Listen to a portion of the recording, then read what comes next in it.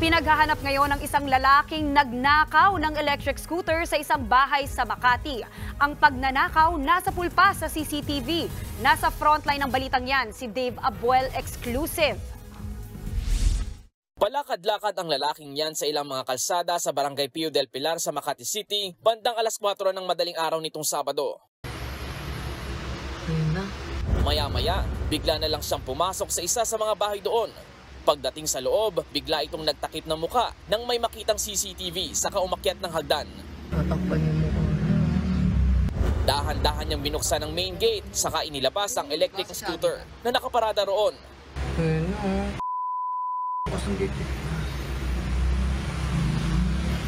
Oh, palang galing. Dali-daling umalis ang lalaki na ninakaw na pala ang naturang scooter.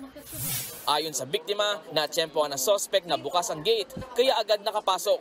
Sakto po kasi noon, may borders po kami na bumaba po, hindi po nilak yung gate. Buti ang swerte na lang is hindi niya pinasok yung mga room. Kasi yung isang room dito, yung sa kapatid ko, is naiwan din niyang open. Alas 6 na ng umaga nang malaman nilang nawawala ang scooter.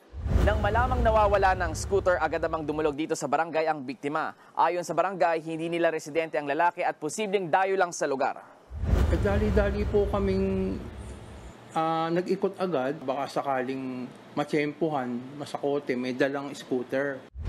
Hindi na raw umaasa ang biktima na mababawi pa ang scooter. Pero patuloy pa rin tinutugis ng mga otoridad ang suspect. Actually, kasi ginagamit po yun ng partner ko for work. Tsaka parang nakakapanghinayang kasi yun binigay sa akin tapos sa akin lang din pala mawawala. Payo naman ng barangay sa mga residente, siguruhin nakasara ang mga gate at pinto para hindi manakawan. Nagbabalita mula sa frontline, Dave Abuel, News 5. Mga kapatid, Maui David po. Simula ng inyong araw na may alam at may pakialam sa mga may init at umaaksyong balita sa bansa.